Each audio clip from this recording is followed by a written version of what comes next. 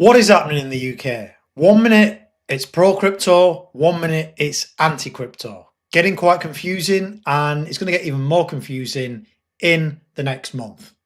This week, the UK has passed a law formally recognising crypto as property. What that means is that the UK now formally recognises cryptocurrency as property. Following the law this week, the Property, Digital Assets, etc. Act received royal assent, the final step of the act becoming law after being passed by Parliament.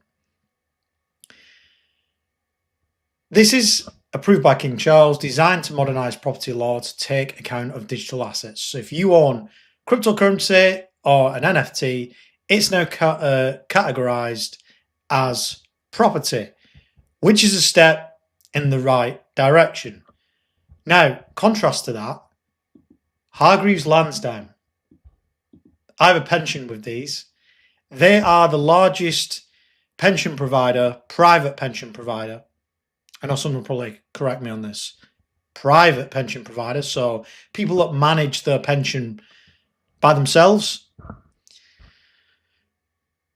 In October, the FCA, Financial Conduct Authority, allowed retail clients to trade crypto exchange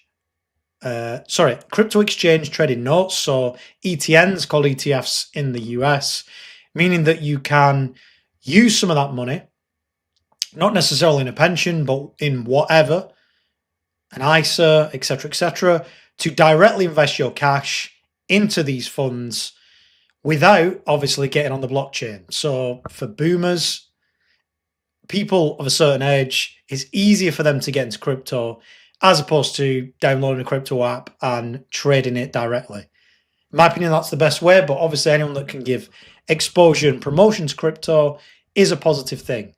But they came out and they said, we don't think you should do this, and we're just going to research it for the next few months, and poo-pooed the idea. So all those customers they have in the UK, which is millions, unable to access these particular products because they don't like it. You've also got an ongoing issue in the UK, which is 40% of UK investors say that their bank in the UK blocks deposits to crypto exchanges. So I know a few of the guys in the group, people I've spoke to over the years, there's a mixed response on your traditional banks, your Barclays, your HSBCs, your Royal Bank of Scotland, and then the neobanks, which are Starling, Revolut, Monzo, tend to be a bit more positive, but there's also always across the board, for some reason, Barclays will block one person, but they won't block another. The same with some of these neobanks as well, as a few people have been having issues with them more recently. If you go on a UK exchange and you sign up, we know the 10 questions you have to answer. And they always put in a statement on these questions, things like this: do not invest more than 10% of your money in high-risk investments. Telling you what to do with your own money. They do not tell you that about gambling or betting.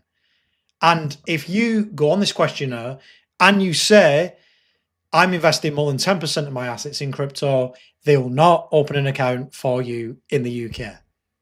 And the FCA have put that in as a kind of contingency to stop it being too risky for you. And what they're also doing, which happened this week, is banning crypto in politics. So Reform UK was the first UK political party to accept donations in crypto. And now the government is considering banning it. So I think the guy that donated to Reform has some ties to Circle, who produce USDT, the stable coin. So not USDT, USDC stable coin. And that is what he's donated to them. They're saying that you cannot track the funds of where this came from. So they're thinking of banning it. And then obviously in 2026, what we've got coming in at the start of the year is having to provide all your details when you buy crypto to buy, sell, transfer, or exchange crypto assets on anything. Any wallet you use, any online marketplace, any service you pay to manage your crypto portfolio. and it includes exchange tokens, NFTs, utility tokens, stablecoins, security tokens.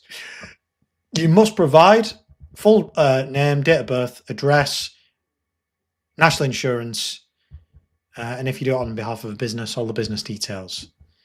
And probably digital ID soon in the UK. So there's very mixed signals. On one hand, you've got good news.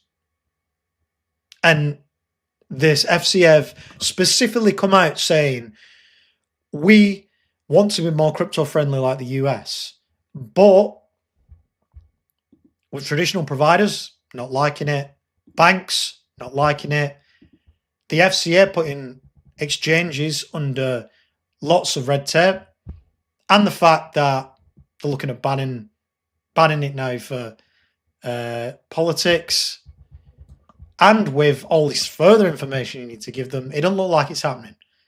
And again, with this coming in, I still think that the powers that be think that when you open an account on Coinbase in the UK, for example, all you do is buy crypto on the exchange and then you take it off and put it into your bank. That's it. If you showed them anything like this, which is a couple of new DeFi pools I've been testing, if you showed them this, it would completely blow their mind, right? They wouldn't know what the hell this is or what you're doing, right?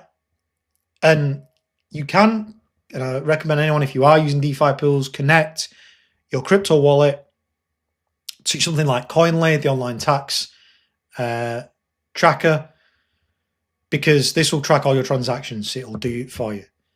And you can submit it to HMRC if you submit your taxes. I'm not going to say don't do it because I do it.